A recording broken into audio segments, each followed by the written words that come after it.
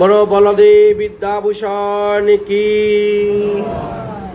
আমাদের গৌড়ীয় বৈষ্ণবের একজন প্রধান আচার্য ছিলেন এই বলদেব বিদ্যাভূষণ, যার জন্য আজ আমরা গৌড়ীয় বৈষ্ণবগণ মাথা উঁচু করে দাঁড়াতে পেরেছি। তিনি যদি না থাকতেন হয়তো আমরা কোনোদিন মাথা উঁচু করে দাঁড়িয়ে থাকতে পারতাম না বাকি তিন সম্প্রদায়ের কাছে, শ্রী সম্প্রদায় আর রুদ্র সম্প্রদায় আর সনক সম্প্রদায়। এই তিন সম্প্রদায়ের কাছে আমাদের সর্বদা মাথা নত করে থাকতে হতো। এই বলদেব বিদ্যাভূষণের কারণে আজ আমরা মাথা উঁচু করে দাঁড়িয়েছি। কি তিনার প্রতিভা ছিল, কি তিনি করেছিলেন, সেই কথাই আলোচনা করা হচ্ছে। আমাদের একখানা গ্রন্থ আছে, নাম গৌড়ীয় বৈষ্ণব পার্শ্বদ চরিতাবলী বা গৌড়ীয় পার্শ্বদ চরিতাবলী। গৌরাঙ্গ মহাপ্রভুর যারা যারা পার্শ্বদ ছিলেন বা তারপরেও যাদের আবির্ভাব হয়েছে, তিরুভাব হয়েছে, তাদের কথা দেখো। শুদ্ধ বৈষ্ণব যারা, তাদের তিরুভাব তিথি পালন করা হয়। কোনো বৈষ্ণবেরই আবির্ভাব তিথি পালন করা হয় না। এমনকি শ্রী গুরুদেবের পর্যন্ত তিরুভাব তিথি পালন করা হয়ে থাকে। ইদানিং বর্তমান সমাজে কিছু কিছু নতুন নতুন সম্প্রদায়ের আবির্ভাব হয়েছে, তারা গুরুদেবের জন্মতিথিও পালন করিয়া থাকেন। কারণ এখনকার ছেলে মেয়েদের জন্মতিথি পালন করে লোকে, তো ছেলে মেয়ের জন্মতিথি পালন করে, এই জন্য তারা গুরুদেবের জন্মতিথিও পালন করে।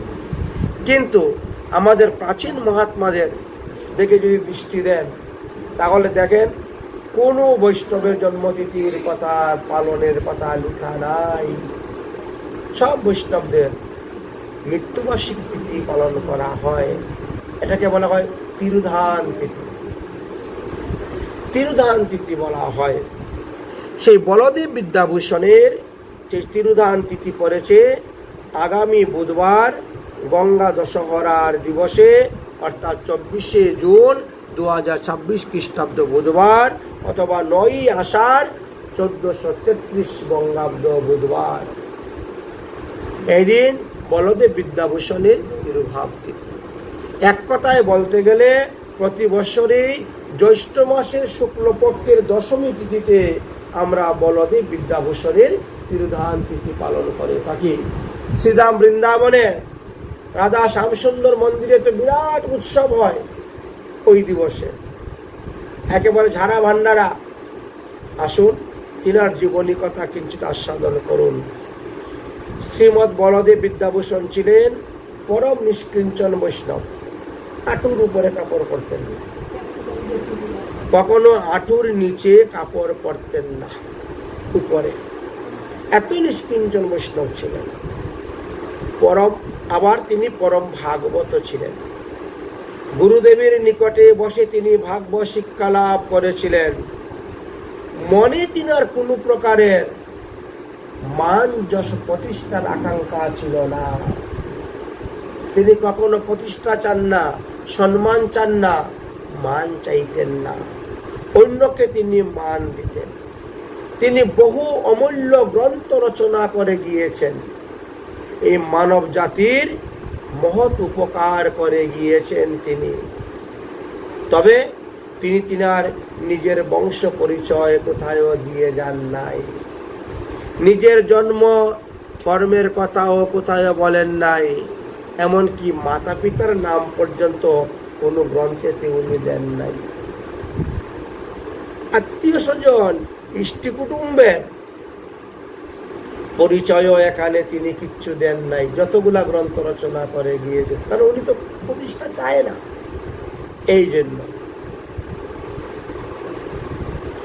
এই জন্য তাহার আবির্ভাবের সঠিক খবরটা ঠিকভাবে পাওয়া যায় না। তবে কেউ কেউ অনুমান করেন যে 1617 শতাব্দে তাহার জন্ম হয়েছিল। অল্প বয়সে তিনি ব্যাকরণ, কাব্য, ন্যায়, অলঙ্কার আদি সমস্ত বিদ্যাশিক্ষা লাভ করেছিলেন। তারপরে তিনি তীর্থ ভ্রমণ করতে বেরিয়ে যান। তীর্থ ভ্রমণ করতে করতে দক্ষিণ ভারতে গিয়ে উপস্থিত হন উড়ুপিতে। সেখানে মাধবাচার্যের গদ্দি আছে। মাধবাচার্যের যে মঠ, সেই মঠের সেই গদ্দিতে কিছুদিন অবস্থান করার পর তিনার ভালো লেগে গেল। তাই মাধবাচার্যের তত্ত্বকথা সম্বন্ধে অবগত হওয়ার পর তিনি মাধবাচার্য সম্প্রদায় থেকে দীক্ষা গ্রহণের চিন্তা করলেন। তারপরে ভারতবর্ষের যেখানে যেখানে মাধবাচার্য সম্প্রদায়ের মঠ, মন্দির, আশ্রম ছিল সর্বত্র তিনি ভ্রমণ করলেন। তারপরে ভ্রমণ করতে করতে বলদেব বিদ্যাভূষণ উৎকল দেশে গমন করেছিলেন এবং কিছুদিন তথায় অবস্থান করলেন। তারপরে রসিকানন্দ গোস্বামীর শিষ্য শ্রী রাধা দামোদর দাস গোস্বামীর সঙ্গে তাহার সাক্ষাৎ হয় এবং শাস্ত্র নিয়ে বিবিধ বার্তালাপ হয়। তখন রাধা দামোদর দাস গোস্বামী শ্রী গৌরসুন্দর সম্পর্কে আদি মধ্য অন্ত সমস্ত তত্ত্বকথা বর্ণন করেছিলেন এবং সার্বভৌম ভট্টাচার্যের গৌরীয় সিদ্ধান্ত সার গ্রন্থের কথা জানিয়েছিলেন। অতঃপর সেই রাধা দামোদর গোস্বামীর শ্রীমুখে মহাপ্রভু লীলা কথা কিছুদিন শ্রবণ করার পর তিনার মর্মস্থানে খুব লেগেছিল। তারপরে তিনি ওই রাধা দামোদর গোস্বামীর নিকট হইতে কৃষ্ণ মন্ত্রে দীক্ষা গ্রহণ করেছিলেন। হরিকথা শ্রবণ করতে করতে ভালো লেগেছিল। তারপরে তিনার কাছ থেকে দীক্ষা গ্রহণ করলেন। দীক্ষা গ্রহণ করে যখন বৃন্দাবনে আসলেন তখন জীব গোস্বামী পাদ এখানে ছিলেন। জীব গোস্বামী পাদের রচিত ষট সন্দর্ভ গোস্বামী অধ্যয়ন করলেন। কিছুদিন রাধা দামোদর ভগবানের সেবা করলেন, গৌরীয় বৈষ্ণব স্মৃতিশাস্ত্র অধ্যয়ন করলেন। আর তারপরে তিনি সেই সমস্ত গ্রন্থ প্রচার প্রসার করতে শুরু করলেন। তিনি বৃন্দাবন ধামে আসিয়া ছিল বিশ্বনাথ চক্রবর্তী পাদকে শিক্ষা গুরু রূপে বরণ করলেন।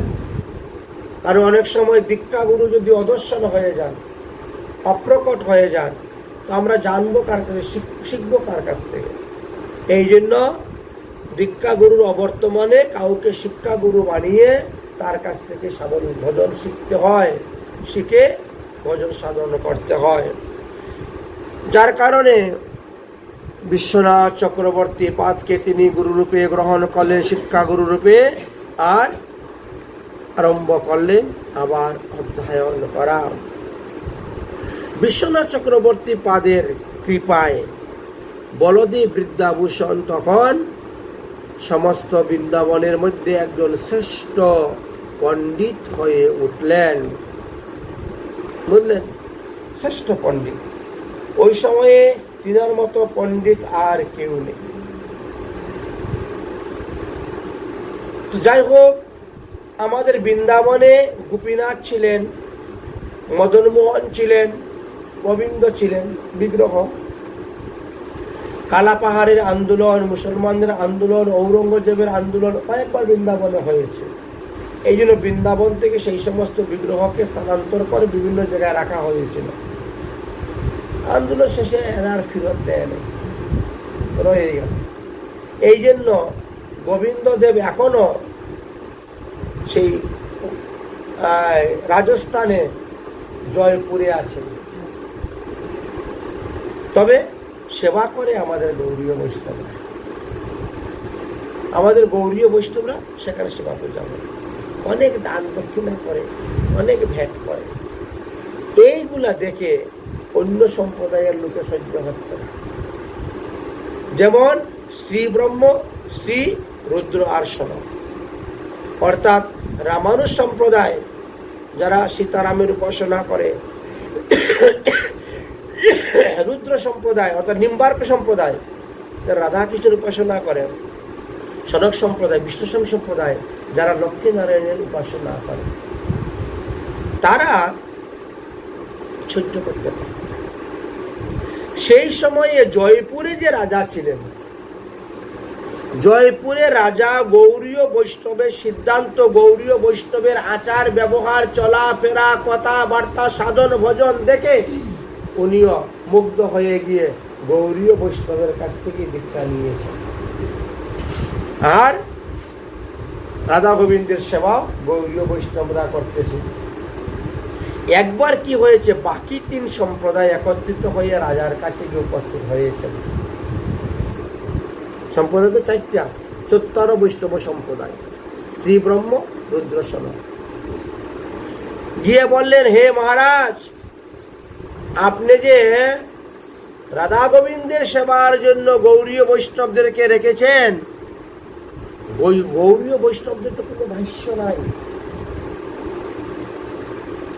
গৌড়ীয় বৈষ্ণবদের কোনো ভাষ্য গ্রন্থ নাই। যাদের ভাষ্য গ্রন্থ নাই তাদেরকে বৈষ্ণব বলে গ্রহণ করা যায় না। গৌড়ীয় বৈষ্ণবরা মহাপ্রভু থেকে এসেছেন, এই জন্য এরা গৌড়ীয় বৈষ্ণব। কিন্তু এটা হলো একটা শাখা, আসল হলো ব্রহ্ম মাধবাচার্য সম্প্রদায়। কিন্তু গৌড়ীয় বৈষ্ণবরা তো ব্রহ্ম মাধবাচার্য সম্প্রদায়টা বলে না, সবসময় আমরা গৌড়ীয় বৈষ্ণব, গৌড়ীয় বৈষ্ণব বলতে হবে। ব্রহ্ম মাধবাচার্য গৌড়ীয় সম্প্রদায়। কারণ আপনি যদি বলেন আমরা গৌড়ীয় বৈষ্ণব, তাহলে আপনার বৈষ্ণব ধর্মের প্রতিষ্ঠা মাত্র 500 বছর। মহাপ্রভু আসলেন, তিনি প্রতিষ্ঠা করে গেছেন। তাহলে আপনার ধর্মের মাত্র 500 বছর পুরানা ধর্ম আপনার। যদি বলেন মাধবাচার্য গৌড়ীয় বৈষ্ণব সম্প্রদায়, তাহলে আপনারটা 5 লক্ষ বছর আগে। আর যদি বলেন ব্রহ্ম মাধবাচার্য গৌড়ীয় সম্প্রদায়, তাহলে 500 কোটি বছর আগে আপনার এই সম্প্রদায়। বুঝলেন? যখন 500 কোটি বছর আগে হয়ে যাবে, কেন হবে? ব্রহ্মার 1 দিবসে 14 মন্বন্তর হয়। 1 মন্বন্তরে 71 বার 70 যুগ, 71 বার 73 যুগ, 71 বার দাপর যুগ, 71 বার কলিযুগ হয়।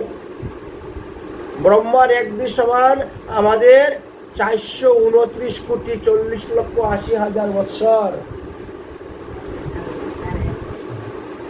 বুঝলেন? তাহলে ব্রহ্মা থেকে এসেছে সম্প্রদায়, ব্রহ্মা থেকে এই সম্প্রদায় এসেছে। এই জন্য কেউ যদি জিজ্ঞেস করে আপনি কোন সম্প্রদায়ের, বলবেন ব্রহ্ম মাধবাচার্য গৌড়ীয় সম্প্রদায়। তাহলে আপনার 5 কোটি বৎসরের পুরানা আপনার এই সম্প্রদায়। এবার বুঝতে পেরেছেন? যাই হোক, বাকি 3 সম্প্রদায় সেই জয়পুরের রাজার কাছে গিয়ে উপস্থিত হয়েছেন রাজদরবারে। রামানুজ সম্প্রদায়, রামানন্দী সম্প্রদায়, তারপরে নিম্বার্ক সম্প্রদায়, বিশ্বসাগর সম্প্রদায়। হে রাজন, যে সম্প্রদায়ের কোনো ভাষ্য নাই, গৌড়ীয় সম্প্রদায়, তাদেরকে আমরা বৈষ্ণব বলে মানি না। বুঝতে পেরেছি? অতএব তাদেরকে পূজার থেকে সরিয়ে দাও, আমাদেরকে পূজার বার অর্পণ করো, আমরা রাধা গোবিন্দের সেবা পূজা করো। অনেক কিছু সিদ্ধান্ত রাজাকে শোনাইলেন। রাজা তখন চিন্তা করছে, আমিও তো গৌড়ীয় সম্প্রদায় থেকে দীক্ষা নিলাম, তাহলে কি আমি ভুল জায়গা থেকে দীক্ষা নিয়েছি? তার আমার ভুল জায়গা থেকে দীক্ষা নেওয়া হয়ে গেছে মনে হয়। তখন তিনি রাজা একটা চিঠি পাঠালেন বৃন্দাবনে। কার কাছে পাঠালেন? বিশ্বনাথ চক্রবর্তী পাদ। বৃন্দাবনে তখন বিশ্বনাথ চক্রবর্তী পাদ ছিলেন। তিনার কাছে চিঠি আসলো, গুরুজি এইভাবে এইভাবে একটা সমস্যা সৃষ্টি হয়েছে, অতএব যদি গৌড়ীয় সম্প্রদায়ের কোনো ভাষ্য থাকে তাহলে আপনারা নিয়ে আসুন। আগামী এত তারিখে একটা ধর্মসভা হবে, চারই বৈষ্ণব সম্প্রদায়কে নিয়ে এক বিরাট ধর্মসভা হবে, ওখানে প্রত্যেকের ভাষ্য দেখাইবেন। অতএব আপনারা নিয়ে আসুন, না হলে এই রাধা গোবিন্দের সেবা পূজা গৌরী বৈষ্ণবের হাতে থাকবে না, ওটা চলে যাবে। বুঝলেন? রাজার চিঠি পাওয়ার পরে বিশ্বনাথ চক্রবর্তী তখন একেবারে বৃদ্ধ, তো বলছেন এই বৃদ্ধ বয়সে টাঙ্গা ঘোড়ার গাড়ি দিয়ে জয়পুর যাওয়া আমার দ্বারা সম্ভবপর নয়।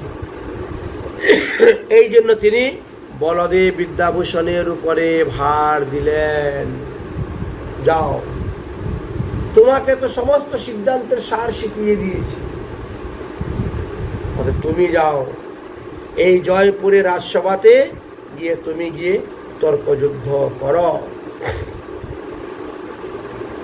ঠিক আছে। তখন গিয়ে উপস্থিত হয়েছেন বলদেব বিদ্যাভূষণ।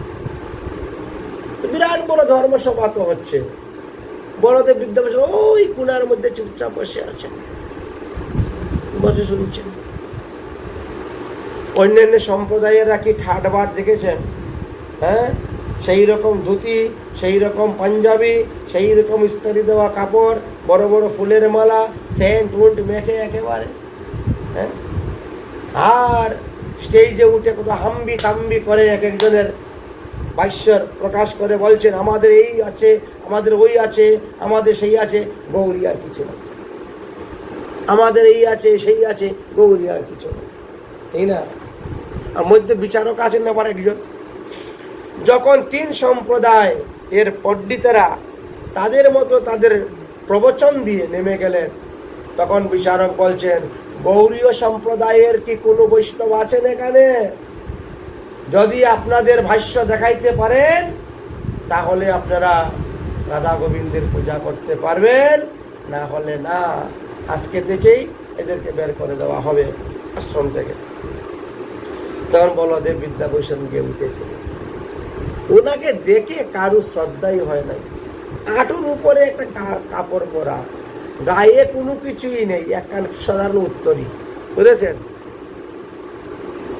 শরীর হালকা পাতলা, সেই রকম নেই, দেখে মানে কারো কোনো শ্রদ্ধা হয় নাই, ভক্তি হয় নাই, কিছু নেই।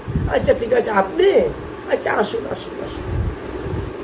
এবার যখন আরম্ভ করলেন সিদ্ধান্ত বলতে, তখন তো সবার মাথা ঘুরে গেছে।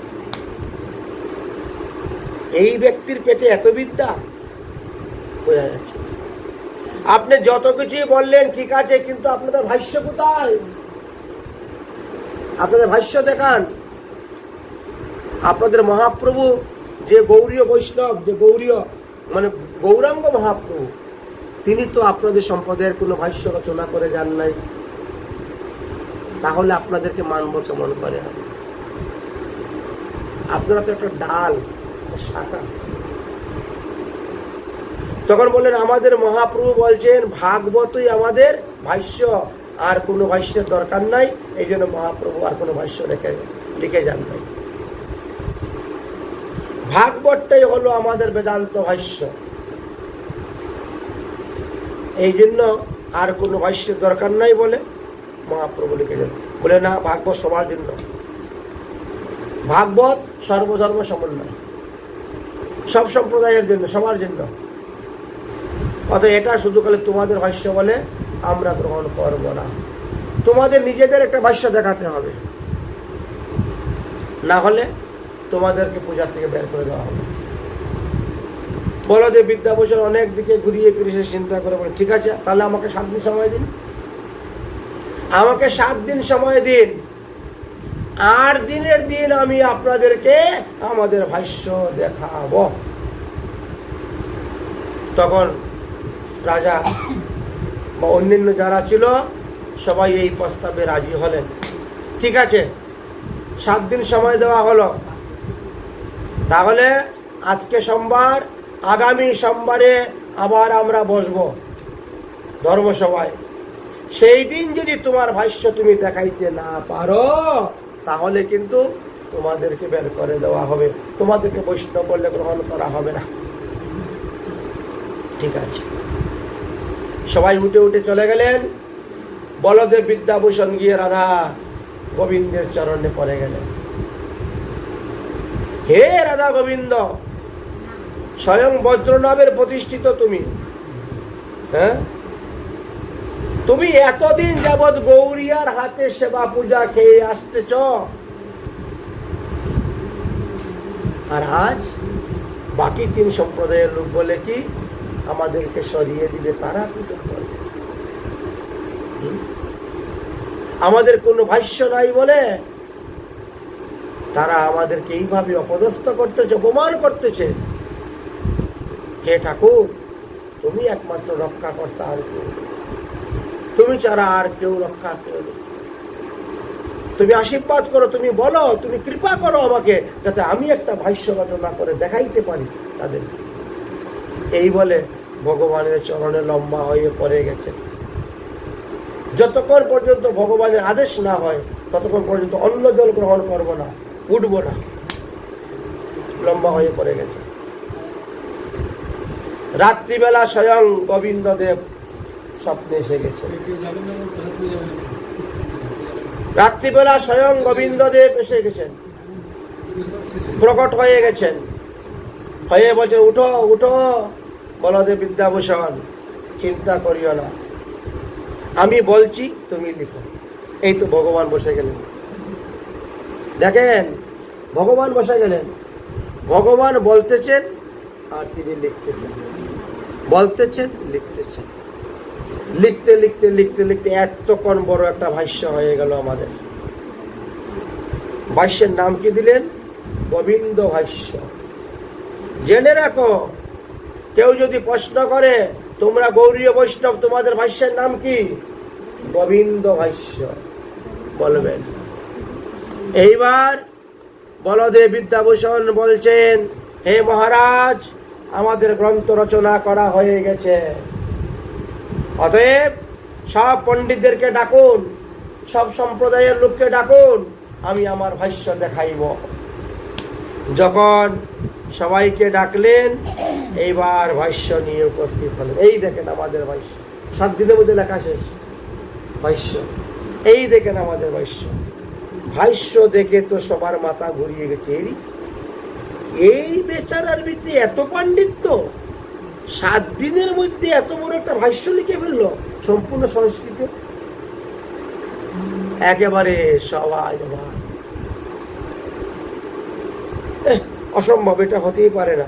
এটা হতে পারে না কেন? সাক্ষাৎ গোবিন্দদেব বলে যে আমার কাছে, আমার তো সেই বিদ্যা নিশক্তি নেই, গোবিন্দদেব বলেছেন আমি লিখেছি বলে এটা মিথ্যা কথা। বাবা, গোবিন্দদেব তোমার কাছে বসে বসে বলবেন আর তুমি লিখবেন, এটা বিশ্বাস করা যায়? এত বড় ভক্ত হয়ে গেছো যে ভগবান তোমার সামনে প্রকট হয়ে বলবেন, এটা আমরা বিশ্বাস করি না। আপনার না করলে আমি কেমন করে আপনাদেরকে বিশ্বাস করাবো? এই জন্য আমি ভাষ্যের নামে গোবিন্দ ভাষ্য লিখেছি। গোবিন্দদেব বলছে আচ্ছা ঠিক আছে। এক সাধু কি করলেন, বলে ঠিক আছে, সবার নিচে রাখবো গোবিন্দ ভাষ্য, তারপরে রাখবো শ্রী সম্প্রদায়ের ভাষ্য, তারপরে রামানুজ সম্প্রদায়, নিম্বার্ক সম্প্রদায়, তারপরে বিষ্ণুস্বামী সম্প্রদায় ভাষ্য রাখবো। রেখে দরজা বন্ধ করে মন্দির তালা মেরে চাবি নিয়ে আমরা চলে যাব রাত্রে ঠাকুর শয়নের সময়। পরের দিন সকালে মঙ্গল আরতি যখন হবে, তখন যখন এসে দরজা খুলবো, তখন দেখি যে তোমাদের ভাষ্যটা সকলের উপরে আছে, তাহলে মনে করবো যে গোবিন্দদেব এটা করেছেন, লিখে দিয়েছেন। বুঝতে পেরেছেন কত বড় পরীক্ষা? হ্যাঁ, এইভাবে আমাদের গৌরীয় সম্প্রদায়ের ভাষ্য সবার নিচে রেখে দিয়েছেন, দিয়ে উপরে উপরে ওদের ভাষ্য রেখে দিয়ে ঠাকুর শয়ন দিয়ে মন্দির তালা মেরে চাবি নিয়ে চলে গেছে ওরা। সেই ভোর 4টার সময় চাবি নিয়ে সবাই এসে উপস্থিত। চারি সম্প্রদায়ের বৈষ্ণবরা পূজারী, পান্ডা, রাজা, দরজা খোলা হলো, খুলে দেখা যায় আমাদের গোবিন্দ বৈশ্য সবার উপরে। গোবিন্দদেব হাত দিয়ে তুলে দিয়ে দিয়েছে। তখন অন্যান্য সমস্ত বৈষ্ণবগণের মাথা নত হয়ে গেল। সবাই তখন মাথা নত করে ফেললেন যে এত বড় একজন বৈষ্ণব, এত বড় একটা বৈষ্ণব সম্প্রদায়কে আমরা অপমান করতে গিয়েছিলাম, অপদস্থ করতে গিয়েছিলাম, তাদেরকে মন্দির থেকে বের করে তাড়িয়ে দিতে চেয়েছিলাম, আমরা আত্মসাৎ করতে চেয়েছিলাম, অপরাধ হয়ে গেছে, বৈষ্ণব অপরাধ। তখন সবাই বলদেব বিদ্যাভূষণের পায়ে পড়ে গেলেন, আপনি আমাদের অপরাধ ক্ষমা করুন, অপরাধ ক্ষমা করুন, বৈষ্ণব অপরাধ। আপনি আপনি আমাদেরকে যে শাস্তি দিবেন সেই শাস্তি আমি মাথা পেতে নিব, বুঝেছেন, সেই শাস্তি আমি মাথা পেতে নিব। তখন বললেন ঠিক আছে, তাহলে আজকে থেকে বাকি 3 সম্প্রদায়ের লোক আমাদের গোপালের সেবা করতে হবে, বুঝলেন। এই যে গোপাল, অন্যান্য সম্প্রদায়ের গোপাল সেবা নাই তো। যে রামানন্দী সে গোপাল সেবা করবে কেন? যে বিষ্ণুস্বামী সে গোপাল সেবা করবে কেন? যে নিম্বার্ক সে গোপাল সেবা করবে কেন? কিন্তু এই অপরাধের কারণে। এটাই হলো তোমাদের শাস্তি। আজকে থেকে বাকি 3 সম্প্রদায়কে আমাদের গোপালের সেবা করতে হইবে। তখন তারা মাথা পেতে নিলেন। এই কারণে আপনি যে কোনো মন্দিরে যান, দেখবেন গোপাল মূর্তি আছে। রাম উপাসকের ঘরে গেল, দেখবে গোপাল মূর্তি আছে। রাধাকৃষ্ণ উপাসকের ঘরে গেল, গোপাল মূর্তি পাবে। কেন? এই হলো, এর দ্বারা প্রমাণিত হয়েছে। এইভাবে বলদেব বিদ্যাভূষণ পাদ আমাদের মাথাটাকে উঁচু করে দিয়েছেন। ওখানে লেখা আছে যে রাজা গৌরীয় সম্প্রদায় সন্তুষ্ট নিরপেক্ষ পণ্ডিতগণ, বিচারপতিগণ গৌরীয় বৈষ্ণব সম্প্রদায়ের নামে তখন ধ্বনি দিয়েছিলেন, বলে গৌরীয় বৈষ্ণব সম্প্রদায় কি জয়, এরকম ধ্বনি দিয়েছিলেন। পণ্ডিতরা বলদেব বিদ্যাভূষণ উপাধি দিলেন। তারপরে জয়পুরে থেকে আসলেন। এই যে হয়েছিল 1628 খ্রিস্টাব্দে, 1628 শতাব্দে, 1628 শতাব্দে এই মিটিংটা হয়েছিল, এই রাজসভায় হয়েছিল। কোথায় হয়েছিল? গুলতা নামক স্থানে, রাজস্থানের জয়পুরের গুলতা নামক স্থানেতে হয়েছিল। সেই দিন থেকে রাজা ঘোষণা করে দিলেন, আজ হইতে রাধা গোবিন্দের আরতি সবার আগে হবে না। আগে রাধা গোবিন্দ মন্দিরে আরতি হবে, তারপরে অন্যান্য সম্প্রদায়ের মন্দিরে আরতি হবে। আগে গৌরীয় সম্প্রদায়ের বৈষ্ণবের আরতি আগে হইবে। তাই একটা জায়গায় তো অনেক মন্দির আছে, এটা হলো গৌরীয় সম্প্রদায়ের মন্দির, এটা রামানুজ সম্প্রদায়ের মন্দির, এটা রামানুজ সম্প্রদায়ের মন্দির, নিম্বার্ক সম্প্রদায়, না, তোমাদের মন্দিরে আগে আরতি হবে না। আগে গৌরীয় সম্প্রদায়ের এই শ্রী রাধা গোবিন্দ মন্দিরে আরতি হবে, তারপরে কি অন্যান্য মন্দিরে আরতি শুরু হবে। হ্যাঁ, এই সিদ্ধান্ত স্থাপন করে দিয়েছিলেন, আজ অবধি চলে আসতেছে। তাই এই যে সম্প্রদায়, আমাদের এই সম্প্রদায়ের মানকে রক্ষা করেছিলেন বলদেব বিদ্যাভূষণ, যার কারণে আজ আমরা এই বিশ্বের মধ্যে সমস্ত বৈষ্ণবের মধ্যে আমরা শ্রেষ্ঠ স্থান পেয়ে থাকি। আজকে তুমি অযোধ্যায় যাও, গিয়ে বলো আমি গৌরীয় বৈষ্ণব, আপনার 3 দিন থাকা ফ্রি, খাওয়া ফ্রি। জানেন, আপনি যেখানেই যাবেন, আপনার তিলক দেখলে পরে বুঝতে পারবে, আপনার থাকা খাওয়া ফ্রি করে দিবে, আপনাকে আদর করে ডেকে নিয়ে প্রসাদ খাওয়া। এতটা সম্মান গৌরীয় বৈষ্ণবদের। কিন্তু আমরা নিজেরা গৌরীয়ারা নিজেদের সম্মান দিতে জানি না। বলদেব বিদ্যাভূষণ জয়পুর থেকে জয়পত্র নিয়ে যখন বৃন্দাবনে এসে উপস্থিত হলেন, তখন সবাই আনন্দিত প্রসন্ন হয়ে গেলেন। তাই বলদেব বিদ্যাভূষণের অনেক অনেক কাহিনীর কথা আছে, আমরা অতি সংক্ষেপে এইখানে বললাম। আজকের মতো হরিকথা আমাদের এখানেই বিশ্রাম। বলদেব বিদ্যাভূষণ কি, ব্রহ্ম মাধবাচার্য গৌরীয় বৈষ্ণব সম্প্রদায় কি, বিশ্বনাথ চক্রবর্তী পাদ কি, আজকের আনন্দ কি। জয় জয় শ্রী রাধে নিতাই গৌর হরি।